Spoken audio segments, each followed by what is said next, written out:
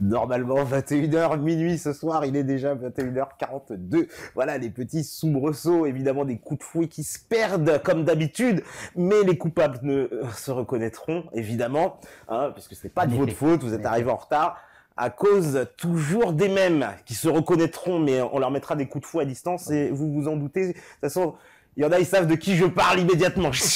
Voilà, oui, Indiana Jones d'entrée, hein, parce que voilà. En tout cas, bonjour à la régie, bonjour. Voilà, il y a Mika, il y a Steph, il y a évidemment les modératrolls, RNUI, la révolte Ozzy, Sage, Yeris, tous les métanodes connectés, RNUI, Valigo, Moufriski, Abokum, Yonpar, Patriote, Jaya, Marco Linux, Bournazel, Ozzy, Paul Smith, etc., etc. Sage avec nous pour accueillir ce soir émission spéciale avec Monsieur Pierre Dortiguier. Bonsoir. Bonsoir Patrick et bonsoir à tous nos amis et auditeurs.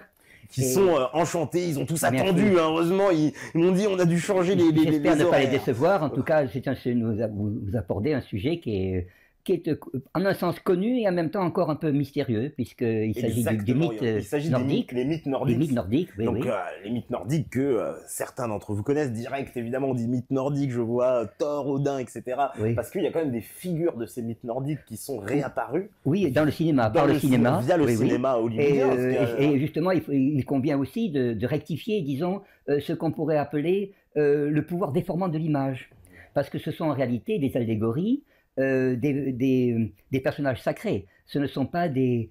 C'est un peu comme Hercule, Héraclès par exemple, que l'on représente, on peut le représenter sous une forme, la forme d'un gymnaste, la forme d'un aventurier. Ouais. Mais ce sont des personnages qui se sacrifient, ce ne sont pas seulement des hommes d'aventure, ce sont des hommes d'esprit, et tous les dieux nordiques, comme Héraclès par exemple aussi, sont des gens qui meurent, qui sacrifient. C'est-à-dire ce sont ce qu'on appelle des héros dans l'Antiquité. Et le héros, c'est un demi-dieu. Qu'est-ce que ça signifie? Ça signifie que c'est un homme qui, par sa mort, a un prestige divin. Voyez-vous? C'est-à-dire que c'est le passage, le sacrifice, c'est le passage d'un demi-dieu qu'est l'homme, à un dieu généralisé. Voilà. Et vous avez ceci, c'est très facile, c'est tout ce qu'on croient tous les chrétiens. Les chrétiens voient un homme qui est à la fois homme et à la fois Dieu, c'est un demi-homme, demi-dieu. C'est une idée qui était commune aux Grecs, au latin, bien sûr, si on admet bien sûr l'épisode des Grecs et des Latins, je veux dire la chronologie, mais ça c'est une autre affaire, et aussi au panthéon nordique. Je citerai, vous savez, je ne suis pas du tout historien, je fais de l'histoire parce que en histoire de la philosophie, mais j'ai enseigné la philosophie, peut-on dire, toute ma vie, m'avait quand même en grande partie derrière moi, c'est bien Patrick. Devant moi, je n'ai que l'éternité, vous voyez. Et alors, peu de temps, mais l'éternité. Et je dois dire que comment dirais-je, une phrase, enfin une œuvre peu connue, je crois que c'est 1797, en sous Louis XIV, de Leibniz. Leibniz avait un philosophe qui a créé le calcul différentiel, c'est lui qui a donné infinitésimal, c'est lui qui a donné aussi les manières de l'écrire, hein, parce qu'il y avait une polémique avec Newton, etc. En fait, c'est cet Allemand de Saxe qui parlait très bien le français, qui a écrit la plupart de ses œuvres, mettons le tiers de ses œuvres importantes en français. Il a fait un article sur une observation inédite, comme il dit, sur l'allemand archaïque. Je ne parle pas de l'allemand moderne. Il dit que la langue allemande, les documents allemands sont plus anciens que ceux fournis par la civilisation latine et grecque. Et que c'est grâce à ces documents-là que l'on peut trouver l'origine des noms des choses, l'origine des dynasties, l'origine des cultes. Voyez-vous? Il le dit dans un français excellent, toujours. Et je me rappelle, je ne vais pas être... cuisse, en fait, je sais que c'était le paragraphe 26, mais enfin, je l'ai vu simplement noté. Il faut le voir. Et donc, il est certain qu'au XIXe siècle, en particulier, vers la fin 18e, 19e, toute cette Europe qui était formée aux lettres grecques, surtout depuis ce qu'on appelle la contre-réforme, c'est-à-dire quand il y a eu une polémique entre catholiques et protestants, disons, chacun des deux partis a voulu utiliser les anciens, voyez-vous, pour pouvoir asseoir, si on peut dire, son pouvoir. Son pouvoir d'éducation, bien sûr, d'instruction. Les jésuites ont réalisé beaucoup de théâtre, par exemple, lors de la compagnie de Jésus a fait beaucoup de théâtre en Europe, et le modèle, même dans mon collège de jésuites, il y avait cela, le modèle des Grecs et des Latins était, si je puis dire, vulgarisé, c'est-à-dire qu'on nous faisait vivre, je me rappelle encore quand j'avais 13-14 ans, au milieu des personnages anciens.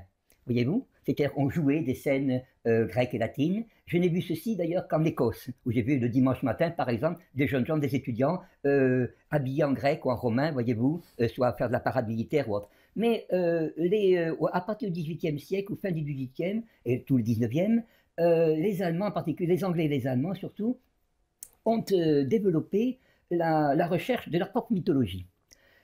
C'était parallèle avec l'influence de ce qu'on appelle l'idéalisme en Allemagne. Vous savez qu'il y a une ligne de crête qui va de Kant, 1870, jusqu'à la mort de Hegel, 1830-31, à la mort de Goethe aussi, qui est la même période. C'est la période, si vous voulez, pour ceux qui ne sont pas philosophes, qui connaissent la musique, c'est la période de Beethoven, si vous voulez. Beethoven est né en 1770, tout ça. Et alors là, vous avez une hauteur de pensée qui était fondée sur les Grecs et les Romains, mais qui prétendait être plus profonde que les Grecs et les Romains. Alors à ce moment-là, ils ont pris comme auxiliaire, voyez-vous, de cette profondeur, les mythes nordiques. Et la manière dont ils traduisaient le terme de mythe, il y a, disons, un Allemand connu dans les mythes nordiques qui s'appelle Günther, G-U-N-T-H-E-R, Hans Günther, qui donne une traduction du terme de mythe que nous on traduit par une fable, voyez-vous, une légende. Il dit Urschau, c'est le seul mot allemand que je vous dis, ou un des seuls mots, ça veut dire Ur, c'est l'origine, c'est le mot qui donne origine en français, or, et Schau, comme le Schau, mais vous l'écrivez vous dans le cinéma, c'est peut dire S-H-O-W, ce qui se voit, mais une vision d'origine. C'est la vision de l'origine. Orschau. Ah oui, la vision d'origine. Oui, c'est mieux que mythe. C'est mieux que mythe. Alors, vous avez eu de grands personnages. Vous avez, par exemple, bien sûr, il y en a qui connaissent, il y a toujours des sectaires, dans le bon sens, bien ceux qui suivent. Par exemple, René Guénon a parlé. René Guénon qui est connu et toujours qui a acquis la sympathie de beaucoup de gens, justement, en faisant, ou l'antipathie d'autres, mais disons qu'en se convertissant à l'islam égyptien, il est devenu égyptien à la fin de sa vie, vous voyez. Il s'est fait égyptien. Et il a épousé la fille d'un cheikh, je crois, en Égypte. Et il a lui-même parlé du mythe nordique, mais en donnant, avec d'autres personnes, une origine, disons, réelle à l'ensemble de nos mythes, des mythes religieux. Il a donné une précision géographique. C'est-à-dire que, ceci est peut-être inconnu, surtout en France, mais il a fait apparaître qu'il existait, disons, une origine, je parle lentement mais précisément, une origine arctique ou polaire, si vous voulez, de l'ensemble de la civilisation, laquelle aurait été, vous savez, des gens comme Guénon ou autres sont très influencés par la pensée indienne. Je la connais aussi, cette pensée indienne, par l'Iran, parce que l'Iran, le mazdéisme en Iran est encore assez puissant, voyez-vous. Même dans la religion chiite, justement, il est un peu servi de berceau, si je puis dire. Vous avez cette idée que récemment, alors pour certains ça peut être moins 8000 ans, d'autres on parle de périodes de 26 000 ans qui se répètent, tout cela. Vous avez eu à un moment donné des catastrophes, voyez-vous. Vous avez même un auteur célèbre qui était un Israélite, ex-Israélite, puisqu'il est russe, Velikovski, qui a parlé des mondes en collision, c'est-à-dire dans Platon même on en parle, voyez-vous, pour dire que vous avez périodiquement, vous avez une sorte de refonte de la Terre, voyez-vous, et la naissance d'une autre nouvelle. Vous avez ceci dans le mythe nordique du crépuscule des dieux, c'est-à-dire les dieux ne sont autres que finalement ces astres qui sont autour de nous. Écoutez, vous avez 12 grands dieux, vous avez 12 grandes constellations. Enfin, c'est-à-dire que c'est une chose très simple. Bon, on ne peut pas le dire à l'académie, mais enfin, disons tout le monde le voit. Alors ceci, on prétendait dans Platon que de temps en temps, disons, ce monde qui vivait dans le temps, un ordre qui vivait dans le temps, s'usait avec le temps. C'est-à-dire qu'il était chargé de donner une sorte de direction à la vie, voyez, mais que comme tout ce qui naît, il remplissait son rôle, voyez-vous, et il devait disparaître pour renaître, puisque naturellement la force est dans la renaissance. La force d'un homme même n'est pas dans la durée de l'effort. Finalement, la véritable force, c'est dans la reconstitution. C'est pas dans l'exercice, mais la reconstitution, voyez, ce qu'on appelle nous la nuit, si vous voulez. La nuit, c'est le repos. Enfin, c'est un peu cela. Et alors, pour les anciens, dans les mythes nordiques, vous avez ce rapport entre la nuit et le jour. Et vous avez un Indien, je vais tout de suite pour indiquer une lecture qui était plus connue de mon temps, mais disons qui revient maintenant. Et vous avez un Indien qui a été traduit en français.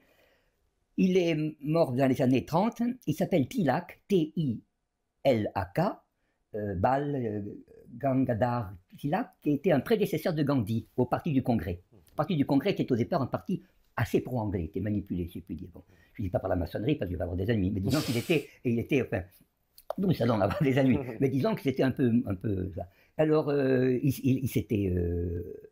avait, disons, orienté ceci dans le sens qu'on appellerait un sens national, tu vois, d'indépendance indienne.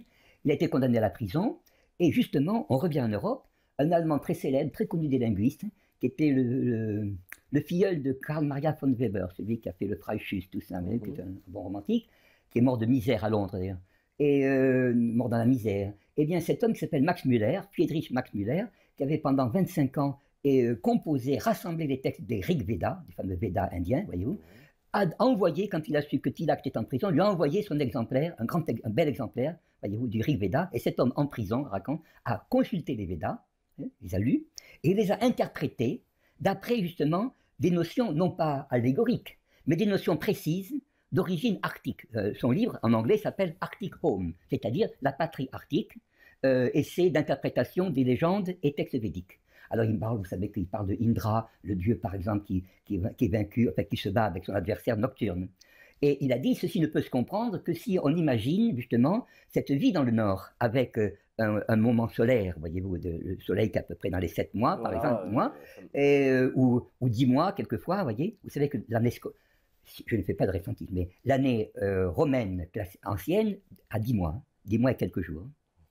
Alors, et bien sûr, vous aviez aussi, dans les mythes védiques, on dit qu'il y a une sorte de renouveau de la nature, tout ceci est chanté, mais il dit, on ne peut le comprendre, c'est dans ce livre qui est publié chez Arché, on prononce Arché, Arché à Milan, il a été publié en 1979, je conseille de le lire parce qu'il est traduit en français, ça s'appelle donc l'origine polaire, s'appelle l'origine polaire des textes de la tradition védique, et ceci a été quand même, disons, plus ou moins entendu, ou disons aperçu par une tradition qui, chez nous, est attribuée aux Romains. Vous avez par exemple dans Sénèque la désignation de Thulé, par exemple, vous savez, de l'île nordique. Vous avez dans l'Odyssée aussi, vous avez par exemple Calypso. Si vous représentez, imaginez les Américains prenant l'Odyssée comme scénario. On va vous présenter une belle fille, enfin, plus ou moins, belle fille nourrie au McDonald's, mais disons que, d'après les critères quand même, et on veut une fille charmante, disons, enchanteresse. En réalité, cette Calypso, dans l'Odyssée, est la fille de Atlas, celui qui maintient le monde. Voyez-vous? C'est-à-dire que c'est une personne qui est surnaturelle. Voyez-vous?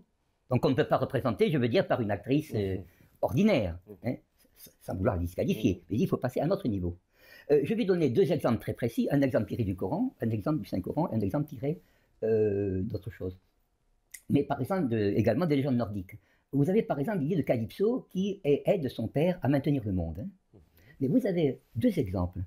Un exemple antique, enfin, antique dans le sens nordique antique, qui a été, mettons, au XVIIIe, pas au XVIIIe siècle, enfin, qui a été, qu'on trouve dans les Eddas, c'est-à-dire, vous savez, une œuvre islandaise qu'on attribue au XIIe siècle, voyez, et qui, en réalité, peut-être est un peu plus proche, je ne vais pas faire ressentir, un peu plus proche, et disons, comme tout ce qu'on dit être des légendes, sont écrits par des gens qui sont assez proches de nous. N'oubliez pas que le Kalevala, par la grande épopée finlandaise, date quand même de 1908-1904. Avant, elle n'existait pas. Alors, on l'entendait, si je puis dire, mais elle n'était pas écrite. Elle n'était pas écrite. Oui. Voilà, parce que tout ça, c'est transmis à l'oral aussi. Tout est transmis à l'oral, exactement comme les traditions indiennes. Et c'est justement d'après les traditions indiennes, c'est-à-dire qui étaient transmises, disait Tilak, oralement par les brahmanes, non pas d'après un texte écrit, mais peut-on dire antérieurement aux écrits actuels, qui étaient appris par cœur, récités et transmis, qu'on avait cette tradition du Nord. Voyez-vous? Alors vous avez par exemple le Freya, la fameuse Freya qu'elle donnait le vendredi. Qui a donné Friday. Le Friday, le Freya, elle apparaît venant au monde en donnant le premier homme, vierge, je signale. Oui, c'est un peu l'allégorie de la Vierge. C'est l'allégorie de la Vierge, et attention, de la Vierge Marie. Près de l'axe du monde, exactement comme Atlas. Et vous avez dans le Saint-Coran, vous avez dans la sourate Myriam, peut-être que je vais contrarier Daesh, même je ne sais pas. Vous avez. Je ne sais pas s'il nous regarde. S'il nous regarde, j'espère qu'il nous regarde. Une bonne cure. Mais vous avez la Vierge qui accouche justement près du palmier. Voyez, bon, on ne peut pas ne pas évidemment voir.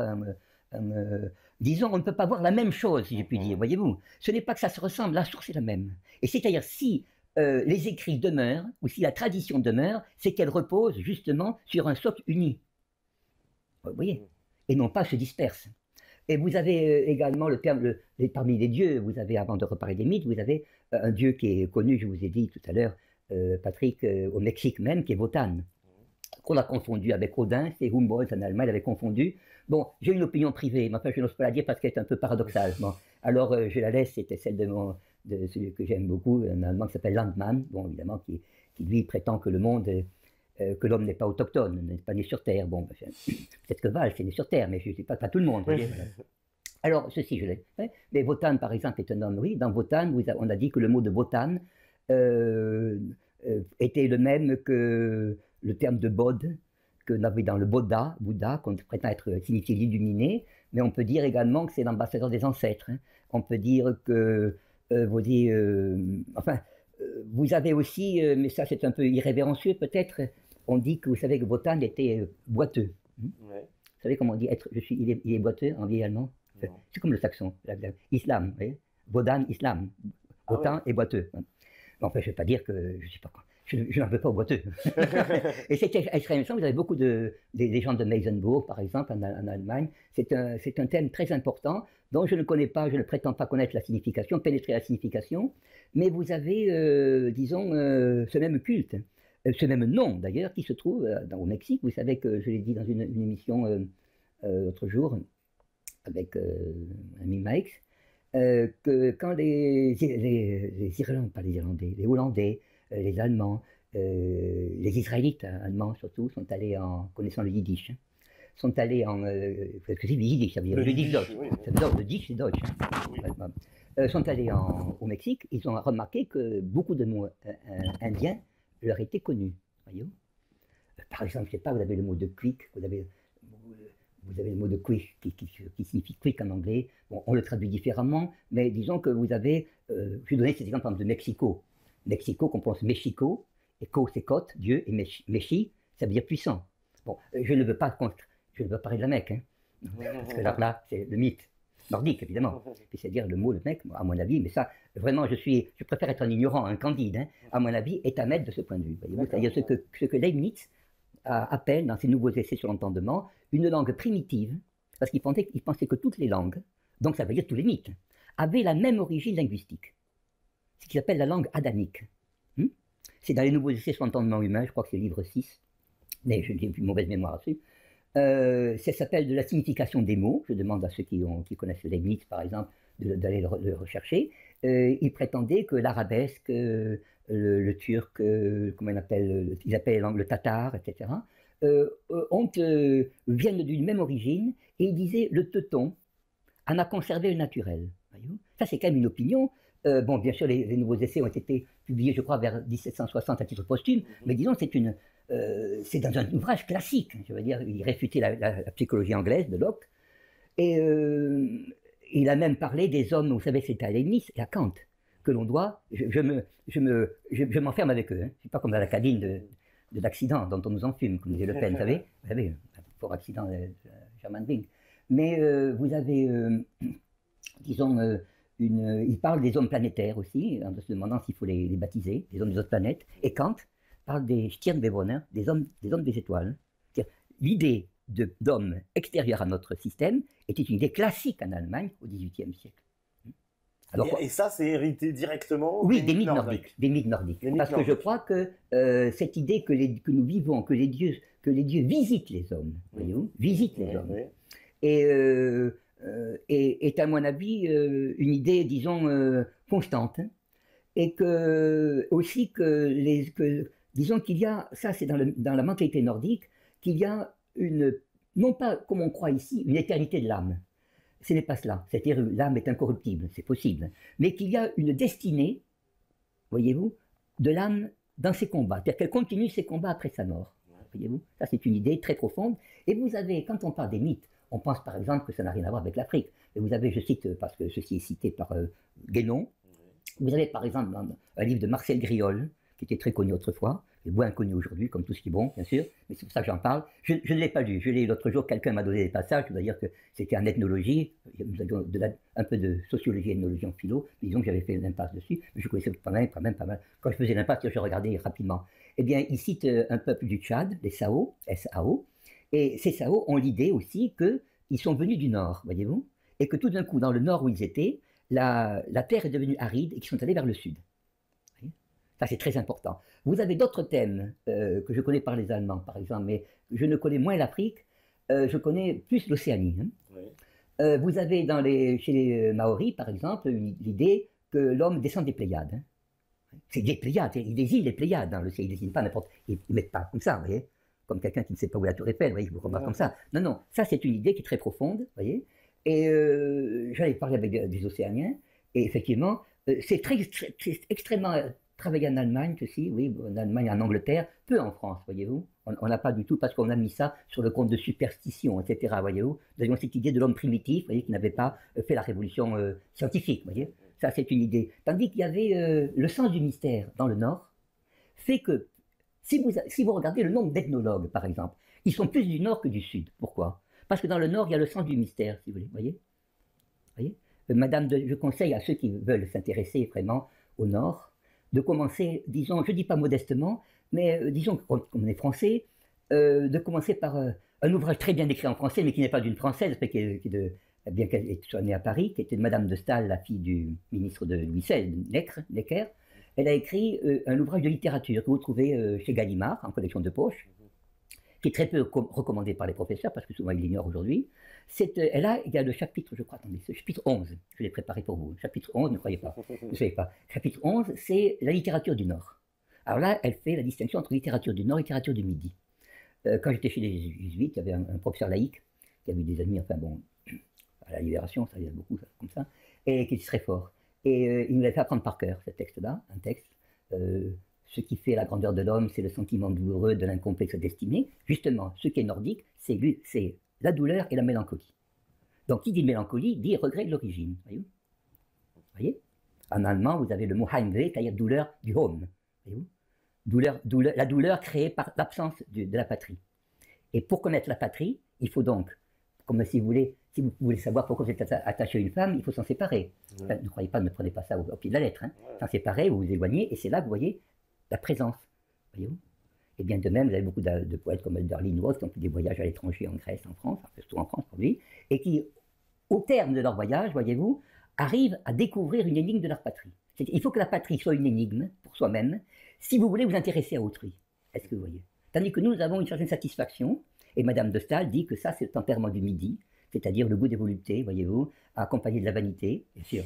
Et alors elle dit que les hommes du Nord sont au contraire des gens qui sont certainement violents, souvent, et aiment la force, mais disons que la philosophie leur est nécessaire, mais elle peut instruire un peuple ignorant, écoutez-moi, mais même la religion ne peut pas instruire un peuple dépravé. Le peuple dépravé est en dessous, c'est-à-dire c'est le Midi de la France et Rome, voyez-vous. Elle était protestante. Pour elle, le Midi, c'était, vous savez, le Midi, c'était les catholiques. Oui, et le Nord, c'était donc, elle était suissesse, non? Le Nord était donc là. Et je crois quand même qu'il y a une, comment vous dire, ce sens du mystère est quand même toujours lié disons, au Nord. Et je crois que si le catholicisme, si le christianisme a survécu, je dirais même, je me permettrais de dire, je n'ose pas me prononcer sur l'islam, bien que, mais je crois que l'islam a survécu, je dis ça vraiment posément, grâce à la métaphysique de l'Iran, en grande partie, voyez-vous, la plupart des philosophes en arabe sont des philosophes iraniens, sur une sorte de métaphysique, mais qui dit métaphysique dit que la physique, ce que vous voyez, est insatisfaisant, est-ce que vous voyez? Il faut quelque chose à côté. Mythe, ça veut dire avec en allemand, oui, c'est en anglais. Physique, avec. Mettez ça, comme on dit, je sais pas, vous n'aimez pas ça, M. Ortega avec des épinards, mais prenez ça avec, voyez, ça passera. Le physique ne passe pas tout seul, voyez, il faut quelque chose avec. Et de même que je crois que le Nord a donné, la plupart des mystiques, disons, le Sud a donné beaucoup d'exaltation monacale, des choses comme ça, oui, mais le Nord a donné de grands mystères, en particulier, seul le Nord, c'est avec la pensée de Rhénanie, on appelle ça la mystique rhénane, a dit que pour connaître l'existence de Dieu, il fallait également penser que Dieu était et en même temps n'était pas. C'est-à-dire qu'il y avait un néant qui était proche de lui, vous voyez ce que je veux dire. Ça c'est Maître Eckhart, etc. Et effectivement, vous ne pouvez le connaître que par le sacrifice, c'est-à-dire vous ne pouvez le connaître évidemment que si vous sortez de vos limites, voyez-vous, et non pas si vous êtes satisfait de vos limites. Et c'est quoi qu'on peut lire l'espace géographique là qu'on définit sur le Nord? C'est l'Allemagne, alors c'est normalement, Danemark, au sens étroit du terme, vous avez la Suède, ce qu'on appelle la Baltique, aujourd'hui la Lettonie, voyez. Donc les pays baltes aussi. Les pays baltes, là où les Américains se promènent, vous savez maintenant. Ouais. Et vous avez aussi, mais ça c'est un premier point, et vous avez une incursion en territoire allemand qui va jusqu'en Souabe. Bon, je ne suis pas comme ceux qui disent que la reine de Saba, c'est la reine de Schwaba. Enfin, Bon, ça a été dit, ceci en Allemagne, beaucoup, tout a été dit. En France, on n'a rien dit. Bon, évidemment, on ne s'est pas trompé, vous voyez ce que je veux dire. C'est mieux. Mais il y a une curiosité. J'ai toujours dit qu'il y avait une grande curiosité du Nord. Par exemple, ce que les Anglais ont fait aux Indes, malgré tout le caractère odieux de ce que Napoléon appelait une nation de marchands, vous voyez, vous avez un travail considérable. Les Français l'ont fait aussi en Afrique du Nord, c'est vrai, donc, mais le travail considérable fait sur le trésor indien est quand même étonnant. Ça supposait une très grande énergie, une continuité dans l'effort, voyez-vous. Vous avez aussi, comment vous dire, une certaine abnégation. Non pas produire pour pouvoir être publié ou connu, mais produire pour pouvoir continuer ou mettons, maintenir un état d'interrogation qu'on a également sur autre chose, c'est-à-dire sur sa propre patrie, son propre sol. C'est vrai que la forme des dieux dans le Nord est une forme à la fois qui peut prendre une forme humaine, mais qui a en même temps quelque chose, disons, pas de surnaturel, mais qui dépasse, comment on dirait, qui est un peu sublime. Voilà, c'est le sublime, voyez-vous. Quand nous représentons des dieux, que ce soit les dieux grecs, que nous représentons par la Vierge, que nous représentons ça, dans la clarté latine, la clarté romaine du Sud, voyez, nous le représentons de la façon la plus belle, voyez-vous, parfaite. Tandis que dans le Nord, il y a ce qu'on appelle quelque chose de sublime, c'est-à-dire qu'il y a, disons, quelque chose d'inachevé. On estime que quelque chose qui est puissant est quelque chose qui est inachevé. Je reprends la formule, ce qui fait la grandeur de l'homme, c'est justement le sentiment douloureux de l'incomplet de sa destinée. Voyez-vous. Mais ça, vous l'avez dans tous les dieux. Vous l'avez dans le Christ même, voyez-vous. Vous l'avez dans Ali, vous l'avez même, on parle souvent en islam, dans certaines sectes, ou si vous voulez, dans certaines écoles, du sentiment de solitude du prophète, voyez. Le plan Mahomet, vous savez, à cause du Mehmet, le mot turc, hein. Ah, d'accord. Oui, c'est le mot turc, je veux dire, parce que beaucoup de... Rien à voir avec l'histoire de ceux qui disent Baphomet. Non, ça n'a rien à voir. Et même ça n'a rien d'injurieux, simplement c'est une reprise, parce que je dis ça, c'est pour terminer, c'est une parenthèse qui n'a rien à voir avec le Nord, mais lorsqu'on disait, par exemple, au XVIIe siècle, lorsqu'on parlait de l'islam, on parlait de la région des Turcs. Ce n'est pas les Arabes, c'est les Turcs. Quand Descartes dit qu'il va être compris et des femmes et des Turcs, ça veut dire qu'il veut être compris également des non-chrétiens, voyez-vous ce que je veux dire, et pas seulement des maîtres. Jusqu'à l'époque, les femmes ne rentraient pas à la Sorbonne. Elles y rentraient en Italie à ce moment-là. Elles rentraient à l'université d'Italie à Padoue, vous voyez. Et les mathématiciennes, mais en France, elles ne rentraient pas. Et c'est comme ça qu'on interprétait. Bon, je reviens donc encore dans le Nord. Vous avez des dieux, donc qui sont... Alors, quels sont-ils? Vous avez ces dieux. On connaît Thor. Vous avez Thor. Ouais. Voilà. Alors, Thor est celui, en effet, dont vous savez que vous avez son principal instrument est le marteau. Bien sûr, il est toujours représenté donc, avec son marteau. Et chez nous, à Toulouse, que vous avez visité, vous avez au Capitole, je ne voulais pas faire remarquer ceci, nous avons cette croix du Languedoc, voyez-vous, qui est ainsi, et qui dit-on, et forme l'équilibre de 4 marteaux.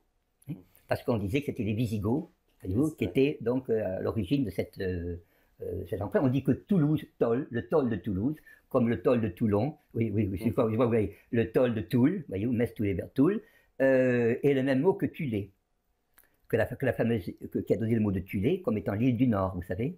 Alors on dit qu'on donne l'origine, ceci n'est pas de moi, la notion de Tulé comme l'île mystérieuse dans les brumes, etc., se trouve chez des auteurs latins. Vous avez par exemple, je crois, ou grec de l'époque impériale, de l'époque romaine, dans Strabon par exemple, vous avez l'idée que Tulé est à quelques 6 jours de navigation de la Bretagne. On a dit que c'était l'île de Heligoland, vous savez, récemment. Vous connaissez l'île de Helgoland? Helgoland, c'est en Frise, au nord de l'Allemagne. Ouais. Bon, elle est connue parce que les Anglais ont voulu la détruire à la fin de la guerre, c'est une base sous-marine. Bon. Et alors, bon, ils ont largué des bombes, après la guerre. Hein.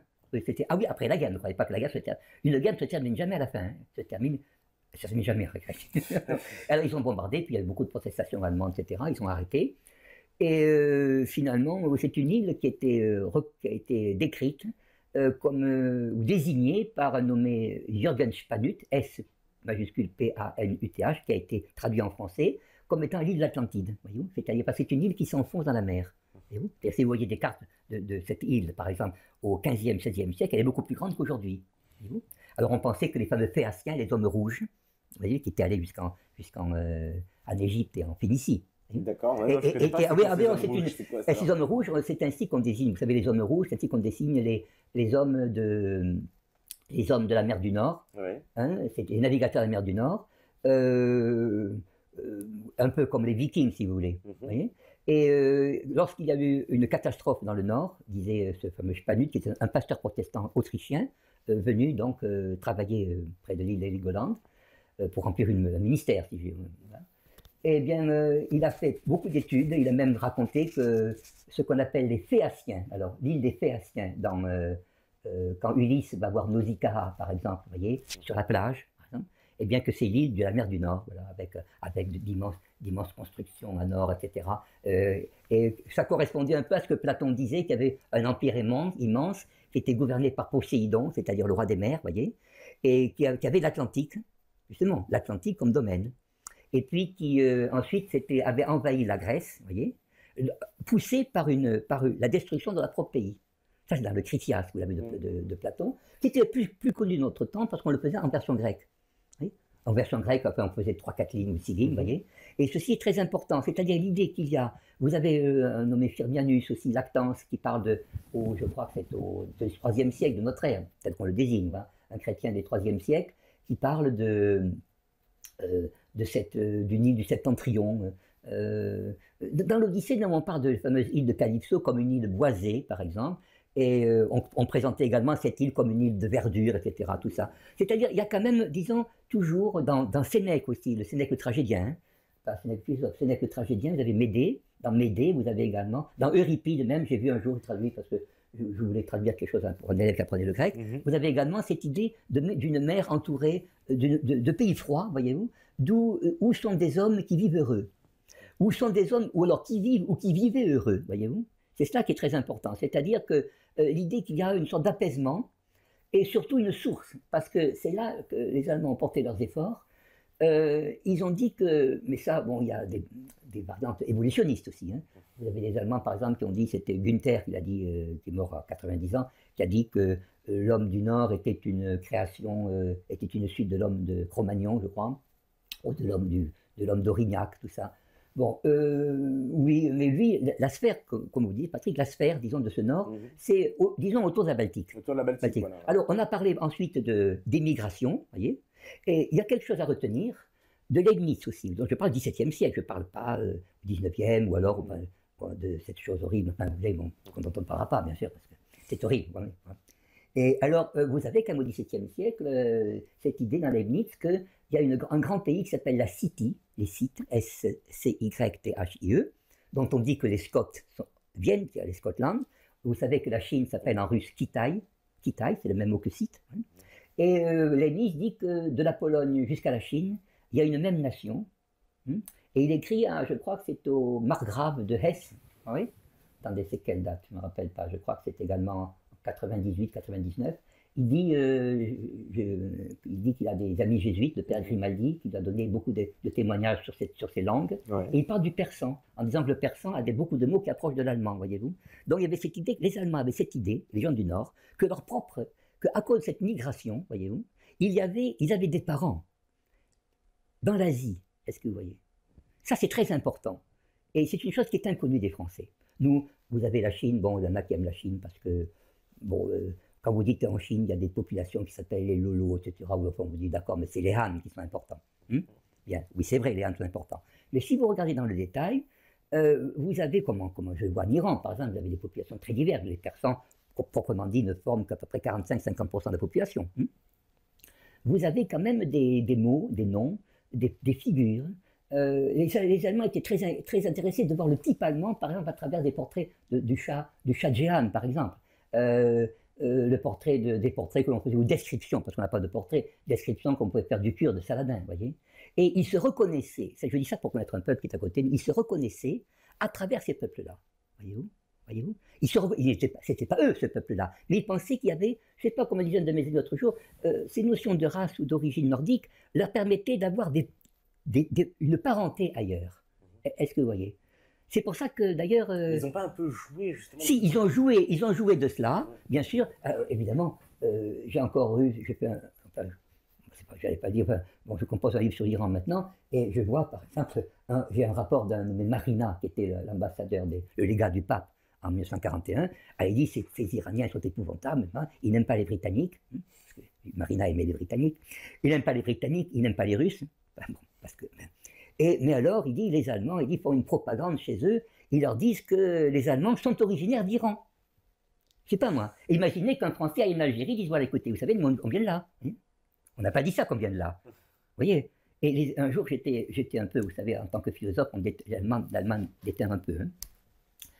J'ai eu une jeune femme, jeune femme de 24-25 ans, à Toulouse, comme élève, on m'a demandé de corriger sa maîtrise, le français de sa maîtrise, sur la poésie kabyle. Et puis elle me dit 2 mots, je dis comment on dit ce mot, 3 mots, mais j'ai dit mais ça signifie la signification de ce mot, mais en allemand c'est pareil, je dis vous avez ce mot-là. Elle m'a dit mon grand-père dit la même chose que vous. Ah bon, parce que votre grand-père, oui, il parlait allemand, ah bon, il parlait allemand, oui, mais il est obligé, vous voyez. Pourquoi il est obligé de parler? J'ai compris que son père avait été engagé sur le front de l'Est, vous voyez. Enfin, il y a beaucoup de Kabyles sur le front de l'Est, Jean de la Pélène, Krimbel Kassem était sur le front. Et alors, je lui dis, mais écoutez, je ne sais pas quand je vous vois, et je ne sais pas du tout une manière de draguer, croyez-moi, mais quand je vous vois, j'ai l'impression, je me retrouve en Poméranie autrefois, mais c'est bizarre, mais il y a des gens qui me ressemblent. Il dit, je sais, monsieur, oui. C'est vrai qu'en Allemagne, j'ai vu des Allemands, en effet, qui me ressemblent. Alors ça, voyez-vous, c'est un sentiment que l'on n'a pas en France, voyez-vous. On dira, les Kabyles sont pour la France, contre la France. Beaucoup de Kabyles étaient, dans la guerre d'Algérie, les plus pugnaces, vous voyez, contre les Oreilles. Et alors, vous avez par exemple la plupart des chercheurs récentistes, par exemple, que je connais, allemands. Il y en a un, par exemple, qui est très connu, qui est vraiment un spécialiste du kabyle, vous voyez. Il est spécialiste du kabyle, il est spécialiste également des poissons. Ça, vous ne trouvez pas en France quelqu'un qui se passe les 2 ou les 3, voyez-vous. Enfin, ça, c'est ce côté bariolé, voyez-vous, est très typique également et de l'Angleterre et de l'Allemagne, voyez-vous. Or, nous ne l'avons pas. Vous m'avez demandé quels étaient les grands dieux. Vous avez donc Odin. Et alors, vous avez Odin, j'ai dit, vous savez qu'Odin, c'est celui qui a donné le nom d'Édimbourg. Hein. Oui, alors Édimbourg, alors bien sûr, Odin, la ville d'Odin, Édimbourg. Vous avez alors Thor, dont j'ai parlé de marteau, est celui qui se rapproche le plus, à cause de son sacrifice, voyez-vous, de la personne du Christ.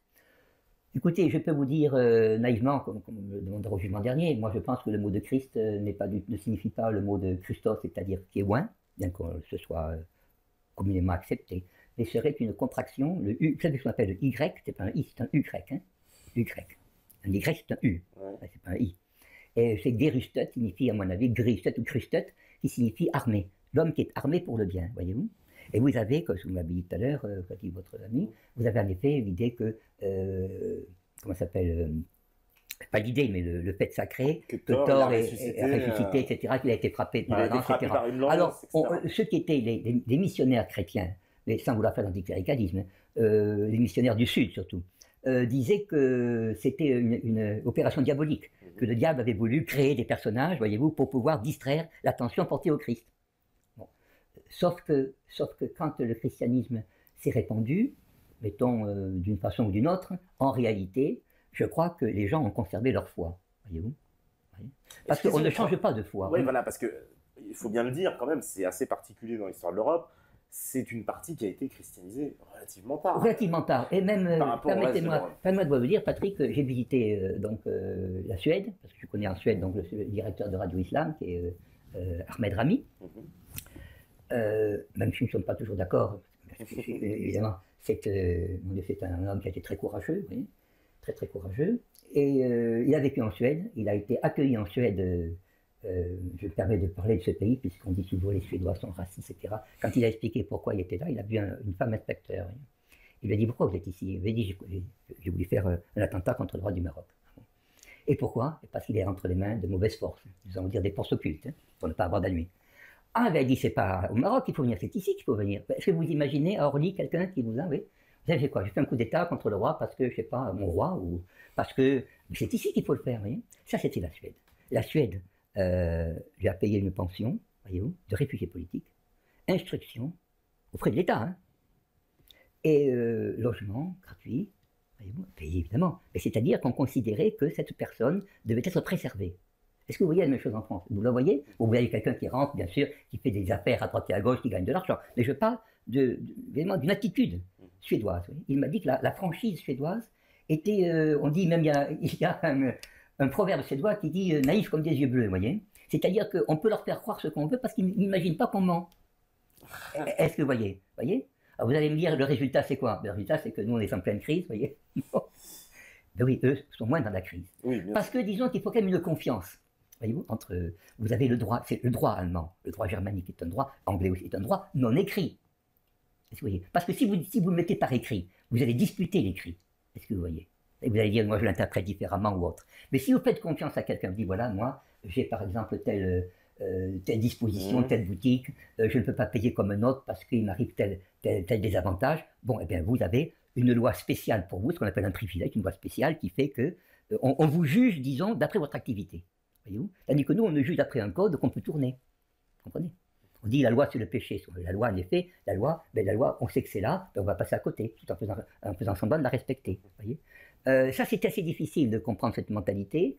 Et je crois que les peuples nordiques ont bon, on disait qu'ils avaient une certaine patience, une certaine profondeur, mais je vais donner un exemple de profondeur, puisque l'islam est toujours ici présent, maintenant, surtout attaqué, comme vous le savez, de plus en plus, de façon très large. Hein. Comme une armée, on essaie de le prendre en tenaille. Quoi. Ceux qui ont, dans le christianisme, disons, restitué la vérité, je ne dis pas historique, mais métaphysique, disons, enfin, la vérité philosophique, mettons, pour ne pas me compromettre, de Mahomet, ce sont les pasteurs suédois. Moi, quand j'entends parler souvent contre le protestantisme qui a établi l'usure, bah, je me demande comment Rome a été fondée, non? Et pour faire les monuments de Rome, il faut de l'argent, non? C'est justement contre l'usure. Non, mais que Luther a justement écrit contre l'usure. Oui. Tout ça, bon, je dis ça, je suis dissident dans la dissidence, si vous voulez. Ah, oui, parce que... Parce qu'on le présente, oui, on dit non, vous pensez bien que s'il y a eu autant de merveilles dans Rome, c'est pas avec la loterie nationale, je veux dire. Il a fallu prendre l'argent, et qui c'est qui travaille?